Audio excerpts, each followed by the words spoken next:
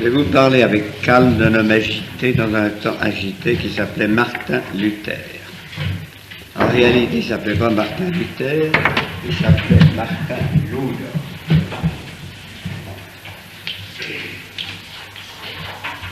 Et comme ce mot en allemand était une injure, vous voulez un peu con, quelque chose comme ça, il a cru devoir changer son nom en Luther, L-U-T-H-E-R, trouvant que c'était tout de même plus digne d'un homme de génie comme lui.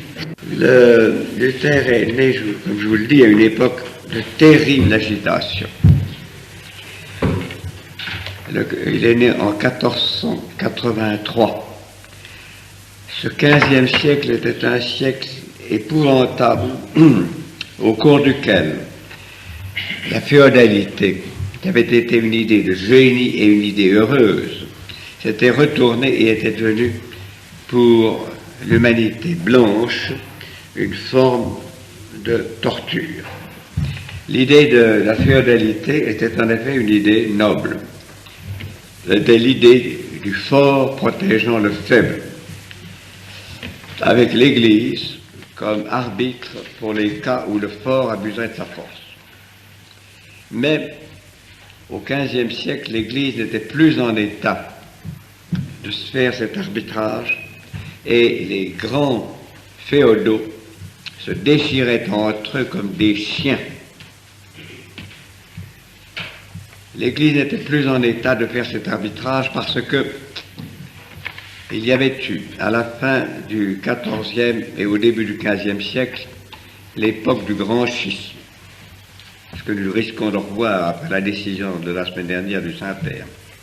C'est-à-dire que la foule romaine, ayant exercé des violences épouvantables sur l'élection des papes, les papes avaient quitté Rome et s'étaient installés à Avignon, et qu'alors il y avait eu le pape d'Avignon, les Italiens pour protester avaient eu un pape italien, et on avait voulu faire un concile pour concilier les deux, on avait élu un troisième pape, ce qui achevait de faire une totale pagaille, d'autant plus qu'il était suisse, brave homme, mais pas de brouillard. Alors, en fin de compte, on a arrangé les choses, tant bien que mal, dans une série de conciles qui ont commencé à Constance où l'on a condamné, c'est l'époque où on a condamné Jean Hus, dont j'ai eu le plaisir de vous parler il y a 3 mois. Le concile de Constance de 1414 à 1418 a mis fin au schisme de 1378.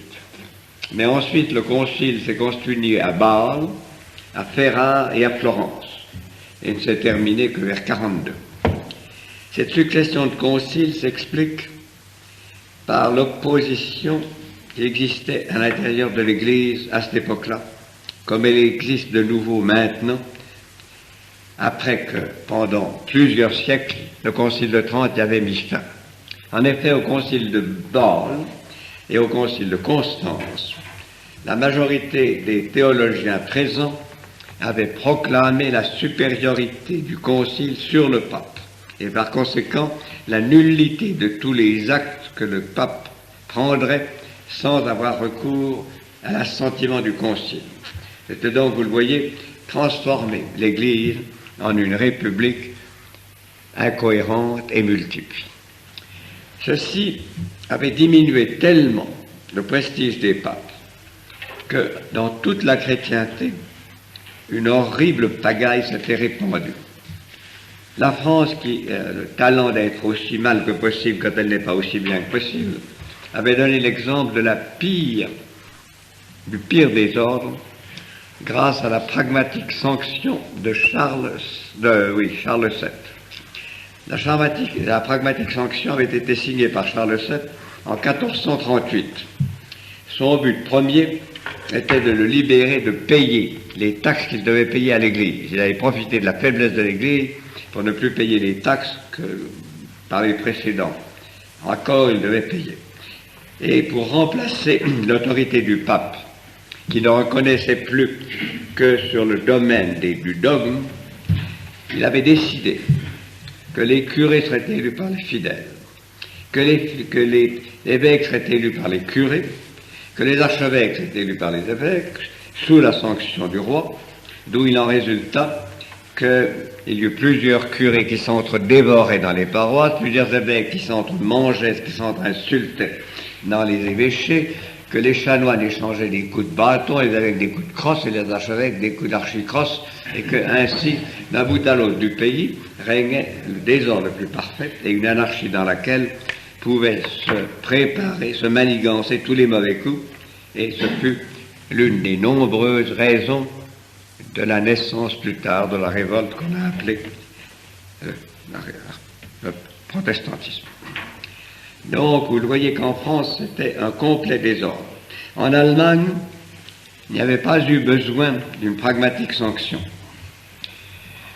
Le désordre était né presque spontanément parce que les églises étaient devenues extrêmement riches.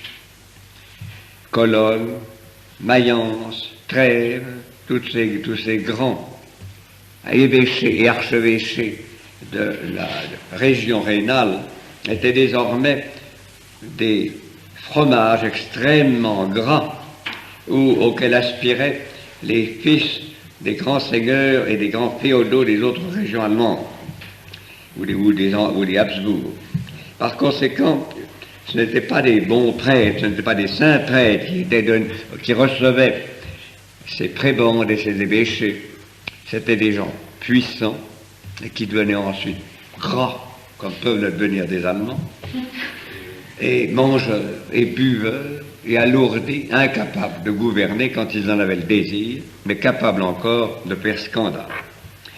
C'est vous dire que le centre, la partie la plus raffinée de l'Allemagne, cette partie rhénane qui est très proche de la France, était tombée dans une grande décadence spirituelle et qu'un peu dans tout l'Empire, on la sentait aussi, bien qu'il y eut des centres qui gardassent encore la foi et qui gardassent encore la piété. Il aurait pourtant été bien nécessaire que l'Église exerçât son autorité et son arbitrage dans un monde qui se livrait aux pires folies et aux pires excès. Comme vous le savez, la base de ces excès, c'était toujours des luttes féodales. C'était des batailles de grandes familles contre grandes familles. L'esprit national n'existait pas. Il a commencé à pointer avec Jeanne d'Arc, qui est venue, elle, au nom de Dieu, mettre le holà à la pire de ces querelles, celle qui a été la guerre de 100 ans.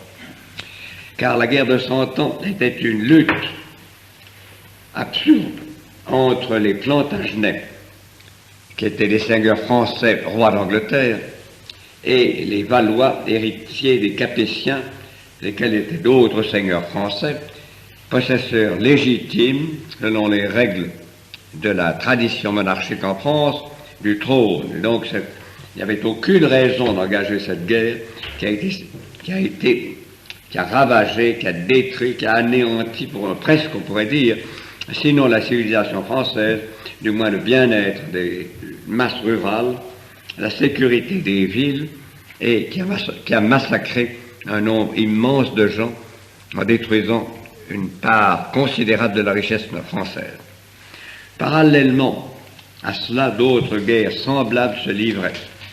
En Angleterre, à peine la guerre de 100 ans était-elle finie, s'engageait la guerre des 2 Roses, qui était également une guerre dynastique contre la grande famille féodale des Lancastres, qui avait pris le pouvoir du reste illégitimement. La famille d'York se révoltait. Donc la rose blanche d'York combattait contre la rose rouge avec une furie et une cruauté à peu près indicibles. Et cela dura de 1455 jusqu'en 1585,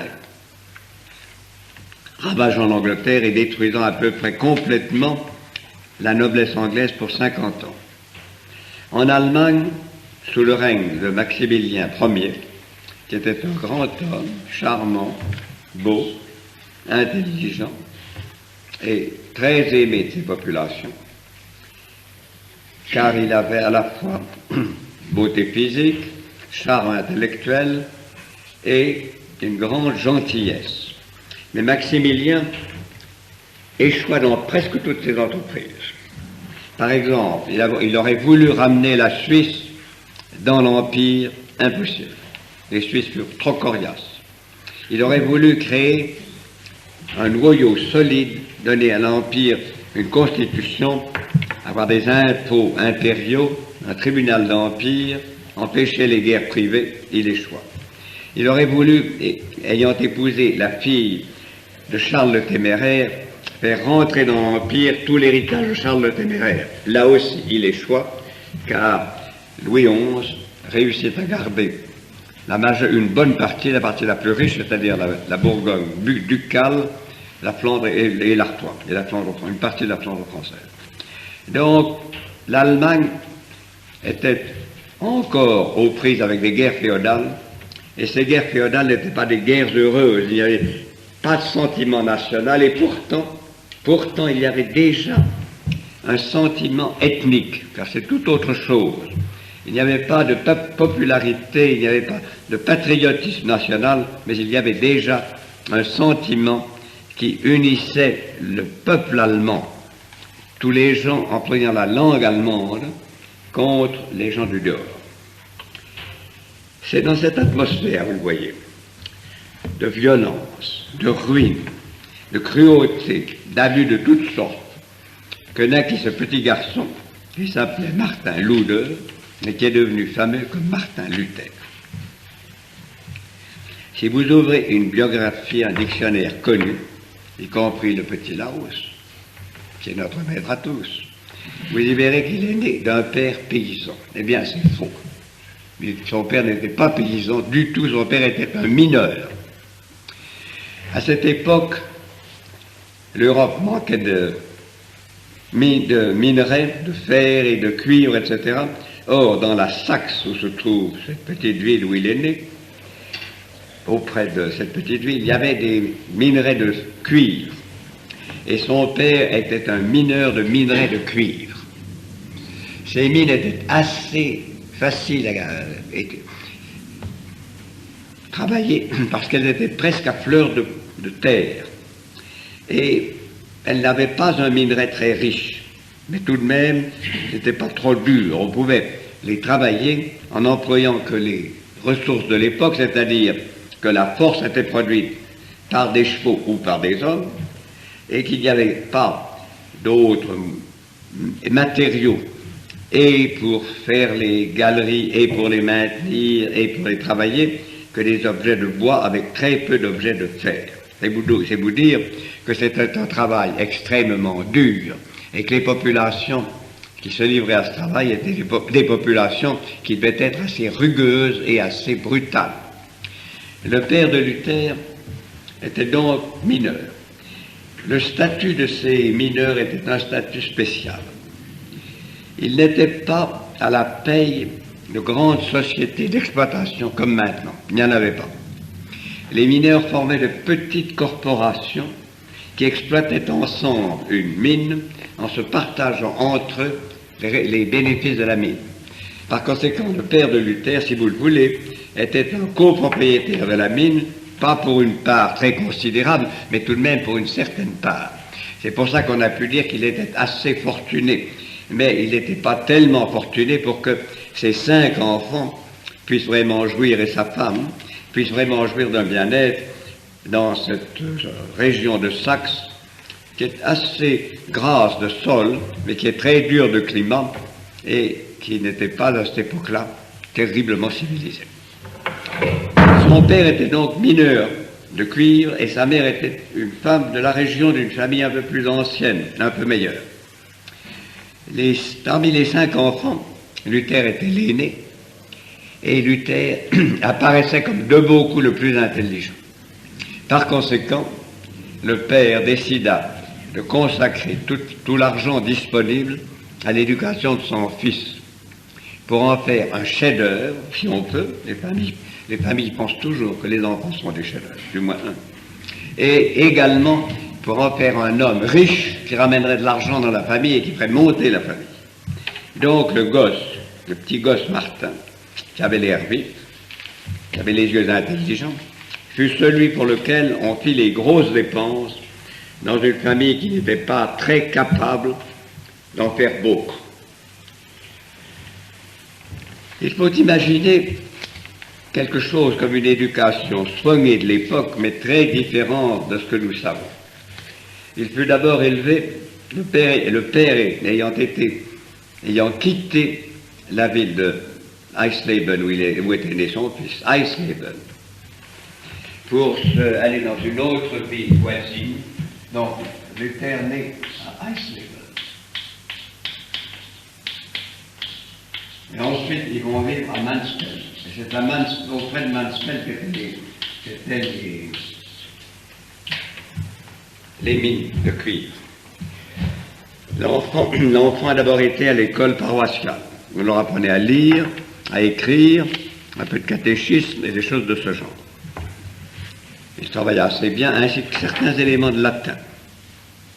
Ensuite, on l'envoyait dans une grande ville, où il y avait alors de bonnes écoles, qui était Magdebourg, en 1497. Pour les Suisses qui seraient parmi vous, je dis 1497. Mais il n'y resta qu'un an. L'année d'après, on l'envoya à Eisenach, 1498. Là, il y avait de très bonnes écoles.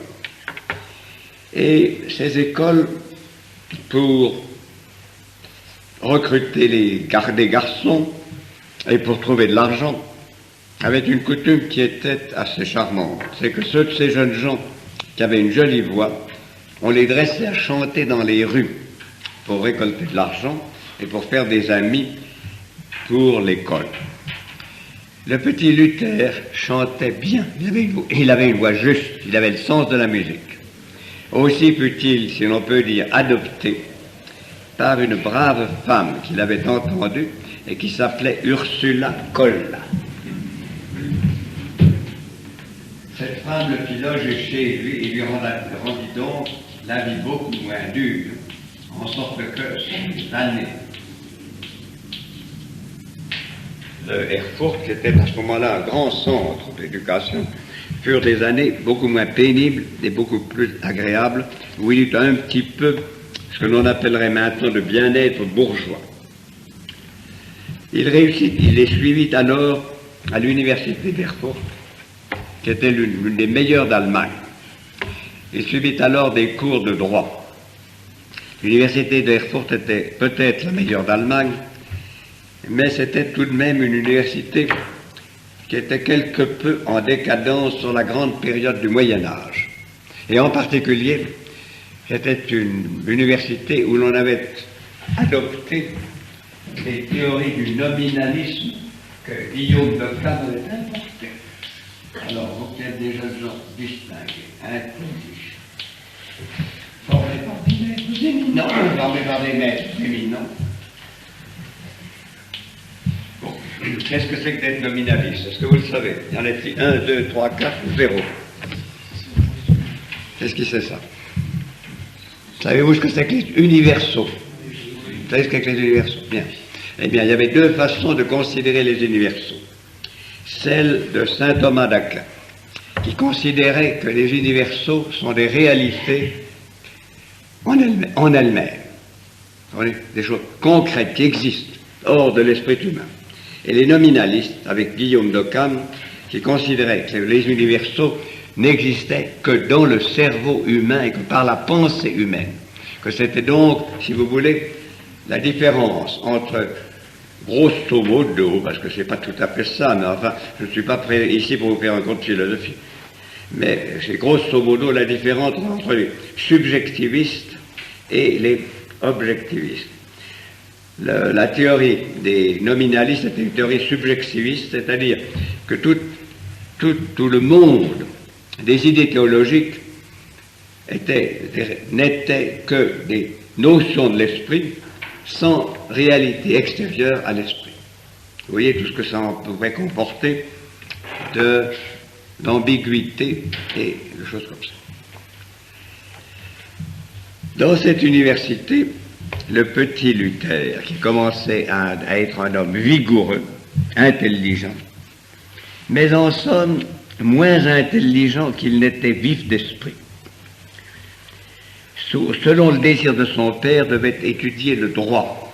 Mais en même temps, tous les étudiants qu'il se préparasse au droit, à la médecine, ou être prêtre, devait suivre des cours de philosophie. Mais ces cours de philosophie couvraient à la fois l'étude des langues, l'étude des littératures, des éléments de théologie, etc. C'était donc, si vous voulez, des cours assez vastes et assez superficiels. Le jeune Luther les suivait, et les suivait avec succès. Mais, puisque en 1502, il fut bachelier en arts libéraux, et il fut noté, car on classait les bacheliers par ordre de qualité intellectuelle, il fut noté second sur 57. Puis, travaillant toujours, avec ardeur et vivacité, il fut également second en 1505 quand il fut nommé maîtresse art. Si vous voulez, c'est un petit peu comme notre licence. Donc son père, sa mère, ses petits frères, crasseux et pauvres, devaient espérer qu'ils auraient un grand frère brillant, riche, un avocat ou bien même un juriste qui travaillerait pour un prince, qui aurait de l'or, un peu d'argent, qui aurait des petites femmes bien rondes comme en Allemagne, et qui leur donnerait des bonbons à déjeuner, etc. Et bing, rien que ça n'est arrivé. Qu'est-ce qui est arrivé? Messieurs, il est arrivé un orage. Martin Luther revenait de chez lui, d'une visite à sa famille, par un jour du mois d'août. Et le ciel fut court, et soudain, bang à droite, bang à gauche, le tonnerre, les éclairs, tout ça, la foudre tombe. Alors, il tremble de peur, il est un petit peu nerveux, il tremble de peur. Et il fait ce que l'on appelle un vœu imprudent, il dit « Oh, Sainte-Anne, Sainte-Anne, si vous me sauvez de tout cela, je me ferai moine. » Et pour son malheur, Sainte-Anne l'a sauvé. Et pour le malheur de la chrétienté, Sainte-Anne l'a sauvé. Donc, il a échappé à l'orage. Il est rentré dans son université, et du jour au lendemain, il s'est fait moine. En septembre, non, il s'est fait moine, donc, moine Augustin, le 17 juillet 1705. Il s'était moine, et en même temps qu'il avait fait ce vœu, ou dans la nuit, il avait eu une horrible vision, dans laquelle il se voyait en enfer, tiraillé, tenaillé, pincé, brûlé, etc., par les démons. Et ça lui avait fait une peur épouvantable, et jamais il n'oubliera tout à fait le démon, et il trouvera, pensant que le démon est ici, ou il est là, ou dans la cour, dans la chambre à côté, enfin, il sera harcelé par l'obsession démoniaque. C'était, vous le voyez, donc maintenant il est temps de faire son portrait. Luther, à cette époque-là, commençait à être un peu gros. Il avoue qu'il était très ivrogne, même comme petit jeune homme, et encore comme moine. Mais surtout, c'était un homme assez impressionnant. C'était un homme qui avait des traits plutôt réguliers, bien qu'il fût assez gros, qui avait déjà une naissance de ventre, qui avait aussi un visage charnu, avec des cheveux châtains tournant vers le roux. Mais ce qui était beau dans son visage, c'était des yeux extraordinairement vivants. Ils étaient noirs, mais ils étaient d'une telle intensité qu'ils semblaient briller et qu'ils semblaient non pas réfléchir la lumière, mais des sources de lumière. Et c'est ainsi qu'il exerçait sur son public une sorte de fascination. D'autant plus qu'il avait, ce que je n'ai pas aujourd'hui, une voix merveilleuse, très forte, très puissante, et avec un don d'éloquence qui lui permettait de transporter le public, et qu'il était d'autant plus prenant, sa voix, qu'il parlait bien latin, mais que son latin, il l'émayait de mots allemands. Quand son éloquence arrivait à un summum, il passait brusquement du latin à l'allemand. Et surtout, pour les mots obscènes, Il aimait beaucoup le mot, je ne vous le dirai qu'en français, parce qu'en allemand, je ne trouverai pas ça qu'on a, le mot merde, le mot salaud, le mot salope, le mot vieille vache et tout ça. En allemand, il savait y mettre une intensité, une force, qui faisait que toutes les dames tremblaient, que les messieurs étaient enthousiastes. Donc, vous voyez, c'était un prédicateur populaire, qui était en même temps un prédicateur très efficace, très violent, et capable de secouer un auditoire comme aucun autre. Ne soyez pas étonnés de ce que je vous dis sur Luther, parce que dans le Paris de la Ligue, et dans le Paris du XVIe siècle, vous aviez aussi beaucoup de curés prédicateurs qui employaient les procédés les plus grossiers pour réveiller leur public et qui employaient les comparaisons les plus bêtes, les plus surprenantes pour amuser les gens et pour leur donner un peu de vie. Je me rappelle un bon prédicateur jésuite de la fin du XVIe siècle français qui prêchait sur la création du monde, un très beau sermon. Et puis alors, il arrive à parler d'Adam. Il dit Adam était un vrai brave homme, mais avant la faute. Savez-vous ce qu'il faisait, Adam? Eh bien, il nageait très bien. Alors ça, le public était épaté parce qu'on trouvait que ce prédicateur était vraiment savant puisqu'il savait ce que c'était là. Eh bien, Luther avait des procédés comme ceux-là. Il savait prendre la foule, il savait la secouer et il savait leur donner cette espèce de satisfaction psychique que donne un orateur très violent à une foule qui est un peu énervée, lui-même l'était. Ainsi était Luther. Mais il était engagé dans une voie dans laquelle il devait avoir bien des orages et bien des difficultés. En effet, il ne fit que 18 mois d'études théologiques, alors qu'un esprit comme le sien, un esprit à la fois intense, vif, mais pas très systématique, pas systématique du tout, aurait eu besoin d'une culture théologique très profonde, aurait eu besoin d'être votre camarade, mais il n'a pas été. Donc, comme il était tout de même un homme qui parlait bien, un homme qui avait l'esprit vif, au bout de 18 mois, on l'a nommé professeur à Wittenberg, en septembre 1508. Qu'est-ce que c'était que Wittenberg? Messieurs, c'était le pire des trous. C'était un trou où il y avait peut-être de 2 ou au maximum 3000 habitants. Il y avait une église assez grande et il y avait un couvent de moines augustins dans lequel Luther est entré. Les augustins allemands n'étaient pas à une époque de grande prospérité, mais tout de même ils avaient de nombreux couvents en Allemagne et ils exerçaient une certaine influence dans la région. Parmi ces moines augustins, il y avait 2 tendances tout à fait différentes l'une de l'autre. Les uns s'appelaient les conventuels et les autres s'appelaient les observants. Les uns et les autres avaient une règle assez large. Celle des conventuels était un peu plus stricte, mais par contre, les conventuels ne permettaient plus de dérogation. Celle des observants était un peu moins stricte, mais par contre, ils se permettaient moins de dérogation.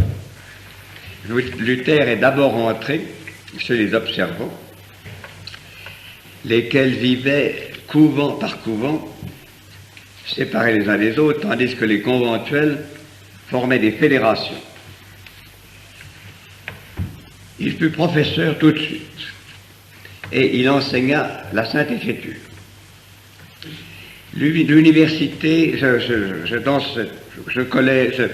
cette université de Wittenberg était petite, la ville était petite, le collège n'était pas très grand, mais c'était très bien situé, car c'était un nœud de route, et on pourrait dire au centre de l'Allemagne. Si l'Allemagne avait eu un centre, étant donné qu'elle n'avait pas de forme, et que les choses qui n'ont pas de forme, vous avez fait assez de science et de géométrie pour savoir qu'il ne peut pas y avoir de centre. Mais enfin, s'il y avait eu une forme, ça aurait été un centre. Bien. Donc, il était là dans son couvent d'observants, et il y a eu une grande querelle, parce que les conventuels voulaient obliger les observants à entrer comme eux dans un système de fédération. Les observants ne voulaient pas. Donc Luther, qui était le plus en vue, le plus intelligent, le plus éloquent, fut envoyé par ses petits camarades à Rome pour lutter contre l'influence des conventuels et obtenir que les observants restent indépendants. Il a fait un voyage de 6 mois. Il n'est resté que 4 semaines à Rome. Ce voyage l'a tout de même marqué. Il faut tout de suite noter ce qui était négatif dans l'intelligence et le caractère de Luther. Luther était un homme intérieur. Il n'a remarqué ni la merveilleuse beauté de la Rome de la Renaissance. Peut-être c'était moins belle à cette époque-là que maintenant, car on était en train de construire beaucoup des choses que nous admirons. Il n'a non plus pas remarqué l'admirable beauté des paysages suisses qu'il a traversés. Il a simplement remarqué que pour sa mule, il voyageait sur une mule, comme tous les gens distingués de l'époque, c'était un peu dur de monter les côtes et un peu difficile de les descendre. En dehors de ça, il n'a rien vu. À Rome, il n'a remarqué que l'extraordinaire désordre, pagaille, confusion, et il est revenu très mécontent, car il n'a pas pu persuader les supérieurs de l'ordre, ni même le Saint-Siège, d'empêcher que les observants ne soient plus ou moins assimilés par les conventuels. Et revenant alors en Allemagne, il est passé des observants aux conventuels. Il s'est rallié donc aux vainqueurs. Les conventuels étaient à ce moment-là sous la direction d'un supérieur qui s'appelait M. Jean Stoppitz, lequel aura une certaine influence dans la vie de Luther.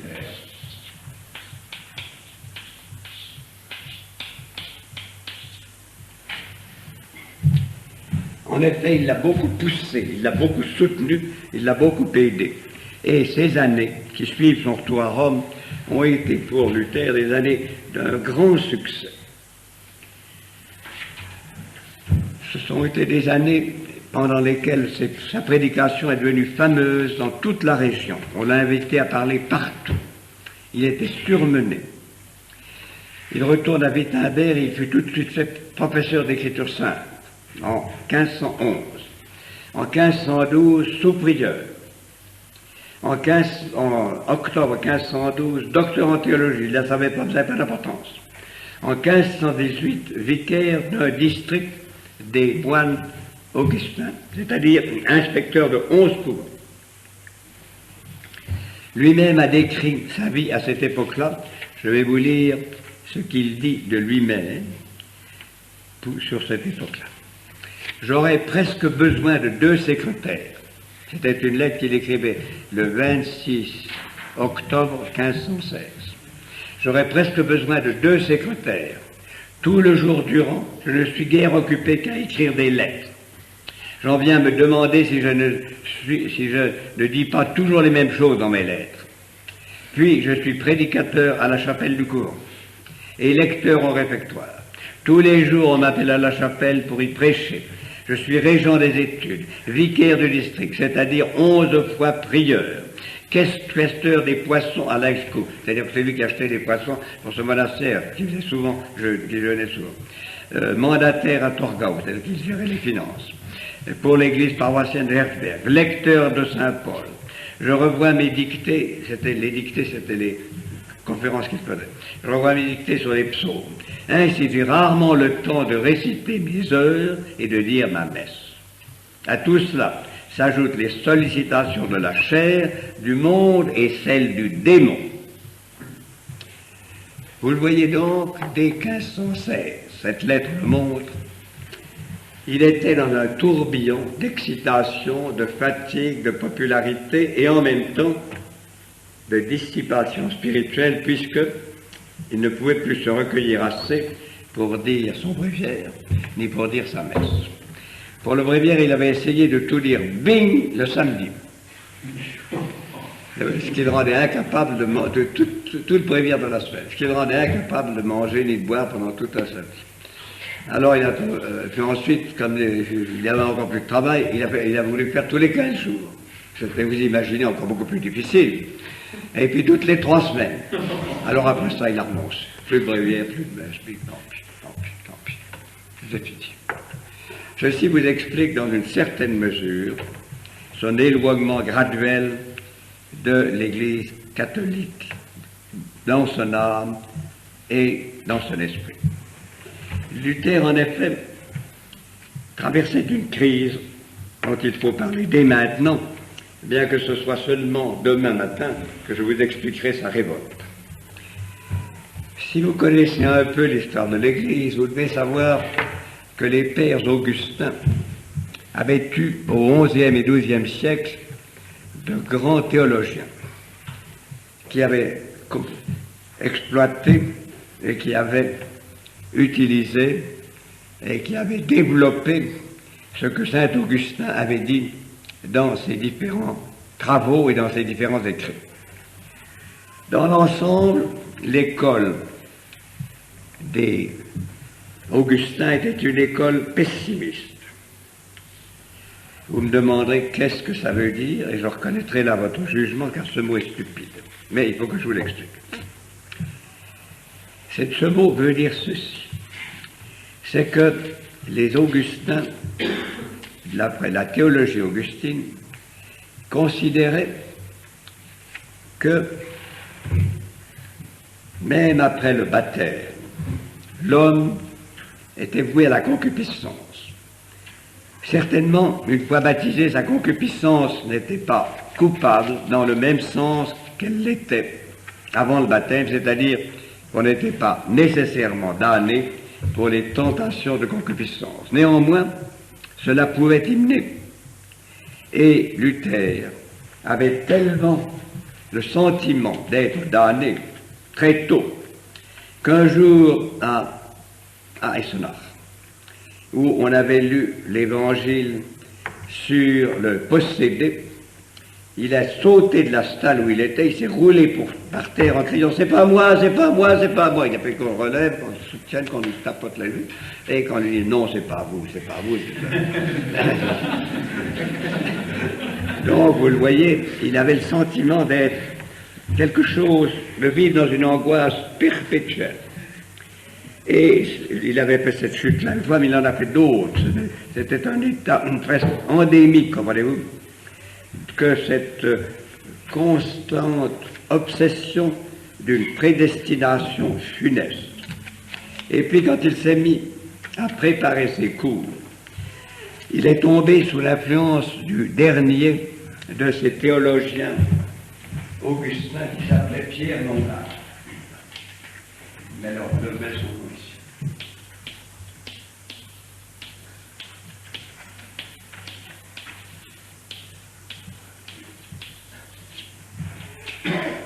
Pierre Lombard était également, et peut-être encore plus que ses prédécesseurs, un théologien pessimiste. Il renouvelait toutes les thèses pessimistes de Saint-Victor, dont vous devez connaître au moins le nom. Il disait, le péché originel, c'est la concupiscence. Il reste en nous après le baptême, bien qu'il ne soit plus péché mortel.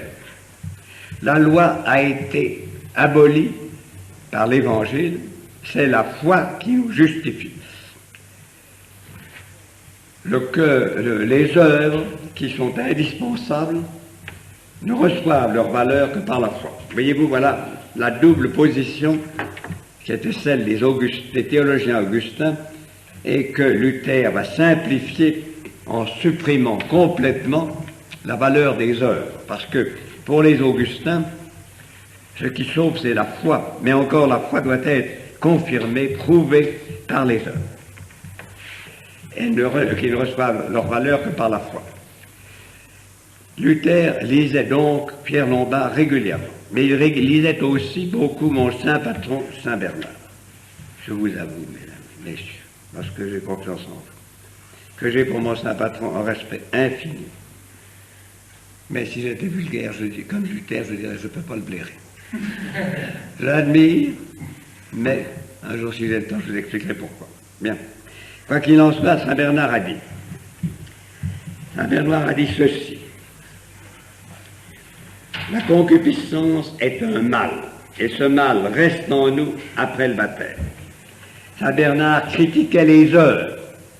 Saint Bernard était extrêmement dur à l'égard des œuvres et à l'égard de la justice humaine. Il disait qu'il est très rare que nos œuvres soient assez bonnes pour être méritoires et que la justice humaine est toujours en train de se tromper. Donc vous le voyez, Saint Bernard qui était un grand mystique, qui était une âme très sainte, qui non seulement avait été au cours, mais qui avait mis papa, maman, la petite sœur, le grand frère, les cousins, les neveux dans le monastère, était à l'égard de lui-même et de tout le monde extrêmement dur. Et alors Luther s'effrayait également de ce mot de saint Paul, dont tout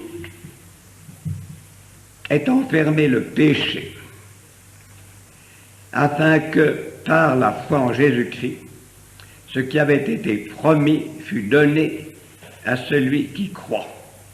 Donc, le péché est partout, et c'est seulement par la croyance, lui semblait-il, que l'homme pouvait être sauvé. Il avait eu, pendant ces années de noviciat, un maître des novices prudent et sage, mais qui avait sans doute exagéré ce rôle de la foi, qui, pour le calmer, ce maître des novices lui avait dit « Ne te trouble pas, tu as la foi, Dieu voit ta foi en toi, Dieu t'aidera et tu seras sauvé. » Donc, vous le voyez, Luther était déjà, à cette époque où il était catholique, était déjà parti dans une mauvaise voie, car il n'était plus capable de dire sa messe tellement il était agité. Il n'était plus capable de dire son bréviaire tellement il s'était occupé par les choses du dehors. Et en même temps, sa pensée devenait de plus en plus, s'écartait de plus en plus de la pensée catholique, orthodoxe et traditionnelle. Il faut aussi vous rendre compte, alors je crois que je vous en ai déjà parlé, que l'école littéraire à la mode de cette époque-là s'appelait l'école humaniste.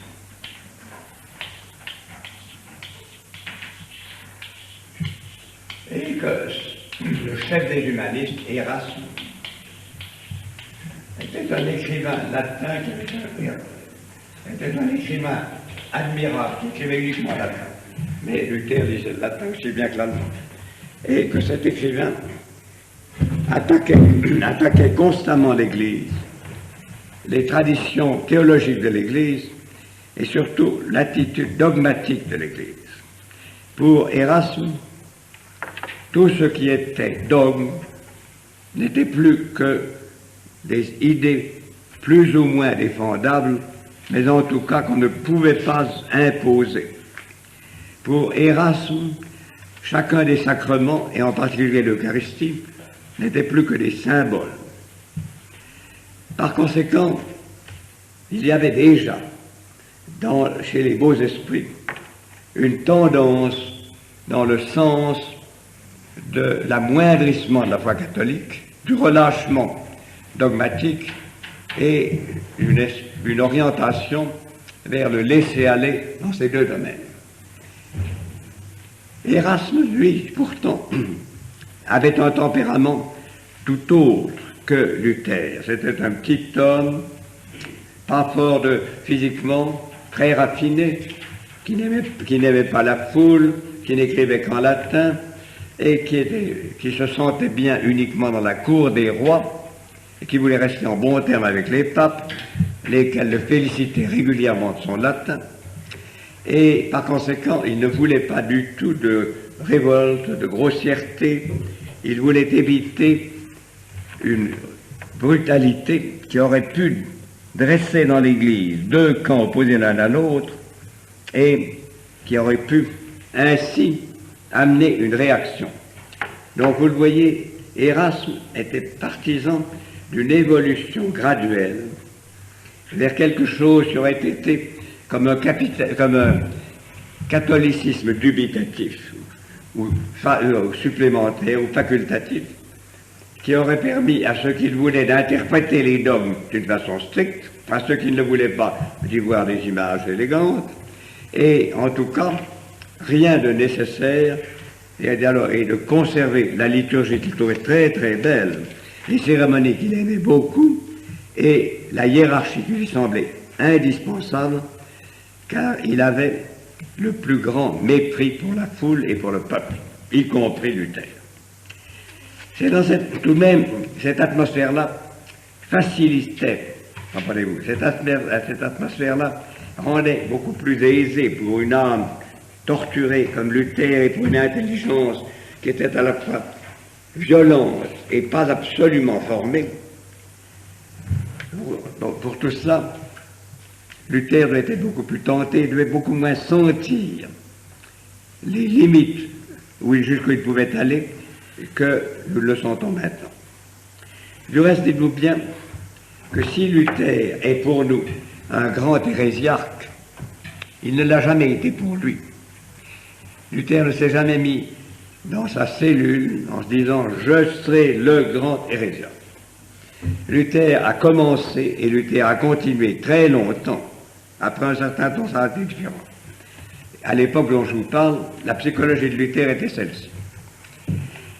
Il se considérait comme un homme absolument unique sur Terre. Et il n'avait plus aucune confiance depuis son voyage à Rome dans le Saint-Siège, ni dans la hiérarchie. Mais il aimait la religion, il aimait sincèrement Dieu, il avait un sincère désir du ciel, qui sont tout de même les éléments positifs de sa vie. Seulement, il considérait que c'était lui, le grand Luther, le Luther éloquent, intelligent, germanique, qui pouvait et qui devait redonner à l'humanité malheureuse le sens et la réalité du christianisme. Ajoutez à cela quelque chose d'autre. Pendant tout le Moyen-Âge, depuis 900 jusqu'à l'époque dont nous parlons, les empereurs allemands ont prétendu gouverner l'Italie. Les expéditions de Frédéric Ier et les expéditions de Frédéric II sont fameuses. Chaque fois qu'ils y sont allés, ils ont remporté des victoires, parce que les Italiens sont des gens très intelligents, et assez intelligents pour considérer qu'ils n'ont aucune raison de se faire casser la gueule alors qu'ils pourraient vivre. Donc, les Allemands gagnaient la partie. Mais une fois que les Allemands avaient gagné la partie, eh bien, ils perdaient la suite parce qu'ils n'étaient jamais capables d'occuper l'Italie, jamais capables de faire obéir les Italiens, et en fin de compte, ils s'en allaient, ayant attrapé toutes les maladies, exténués, dégoûtés et furieux. Et il y avait donc, vous le voyez, aucune haine contre la France, mais une grande haine contre l'Italie et contre les Italiens. Une haine mêlée de mépris et de dégoût. Cette haine mêlée de mépris et de dégoût était d'autant plus grande que par les accords entre l'Empire et le Saint-Siège, une partie de l'argent des monastères, une partie de l'argent des quêtes partait pour l'Italie, où l'on était en train de construire ces merveilleux monuments de la Renaissance, peut-être d'une façon indiscrète, mais enfin, Rome avait été abandonnée par les papes pendant 70 ans, Rome avait été en très mauvais état, et il fallait construire. Seulement quand un Allemand allait en Italie, les Allemands qui avaient encore gardé le goût du gothique étaient indignés de voir que c'était plus du tout l'architecture qu'ils connaissaient, c'était une architecture qui ne rimait à rien pour eux et qui était simplement fastueuse et mondaine. De même, dans la cour des papes, on parlait un latin qu'ils ne comprenaient pas, parce qu'il était prononcé à l'italienne, les Allemands étaient complètement perdus. Ainsi, Luther l'avait été et était revenu de Rome avec un profond dégoût. Mais ce profond dégoût n'était pas une chose qui lui était propre. Même les empereurs, même les princes allemands avaient le même sentiment. Seuls les gens les plus cultivés avaient gardé le goût de l'Italie. Rappelez-vous que dans le XVIe siècle, par ordre de l'un des empereurs les plus pieux, qui s'appelait Charles Quint, Rome a été complètement pillée Et le pauvre pape, qui était au château Saint-Ange, a été obligé de s'enfuir. Et vous comprendrez donc un peu mieux l'attitude de Luther à l'égard du pape, de Rome, de l'Italie et de tout ce que faisaient les papes pour tirer de l'argent de l'Allemagne afin d'en avoir davantage. La question des indulgences, je vous en parlerai demain matin. Luther était donc arrivé au sommet de sa carrière. Il avait, dans toute cette Allemagne centrale, une influence énorme sur tous les moines d'Augustin, qui étaient, à vrai dire, assez dissolus, sur la population qui restait en somme assez pieuse. Et c'est dans ce centre d'Allemagne plus pauvre, on considérait non seulement avec indignation Rome, qui gobait l'argent allemand, mais aussi le catholicisme régnant, où les chanoines avaient tous une ou deux poules, où les archevêques et évêques avaient une cour très dissolue, et où ils avaient des filles, etc. Donc, de sa citadelle, dans son couvent, quand il n'était pas en train de se battre avec le diable, Luther préparait une terrible colère qui un beau jour allait éclater et contre le Saint-Siège et contre toute la hiérarchie intellectuelle du catholicisme, la hiérarchie intellectuelle, la hiérarchie canonique et tout le reste. Pendant ce temps-là, lui devenait de plus en plus populaire. On lui demandait de prêcher dans toutes les villes de Saxe et de l'Allemagne centrale. Il était une sorte de prédicateur populaire, en même temps qu'il était considéré comme une très grande intelligence. C'est ce portrait de lui que je veux vous laisser, en réservant quelques minutes pour que vous me posiez des questions intelligentes, pertinentes et utiles.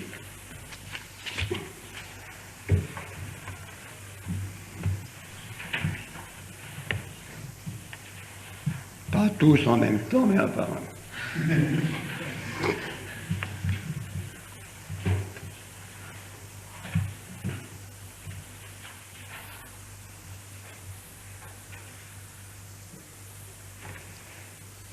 Il faut vous dire ceci, puisque vous ne me le demandez pas, c'est que les théories par lesquelles Martin Luther se séparait de l'Église n'étaient pas encore entièrement formées à ce moment-là, et que l'évolution de sa pensée s'est faite d'une façon très progressive et graduelle. À ce moment-là, il avait déjà des tendances qu'il avait trouvées chez Saint Bernard en les utilisant mal, qu'il avait trouvées chez Pierre Lombard en les exagérant, qu'il avait trouvé chez d'autres théologiens augustins, mais tout cela n'était pas encore un corps de doctrine.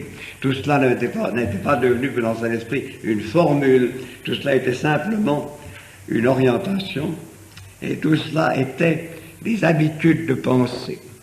Des habitudes de pensée qui s'enrichissaient de deux façons. L'une des deux façons, c'était la tentation constante qu'il avait en se sentant damné et en percevant le diable à droite et à gauche, et qu'il fallait se défendre contre le diable. Alors il prenait sa Bible, son évangile, disant je crois.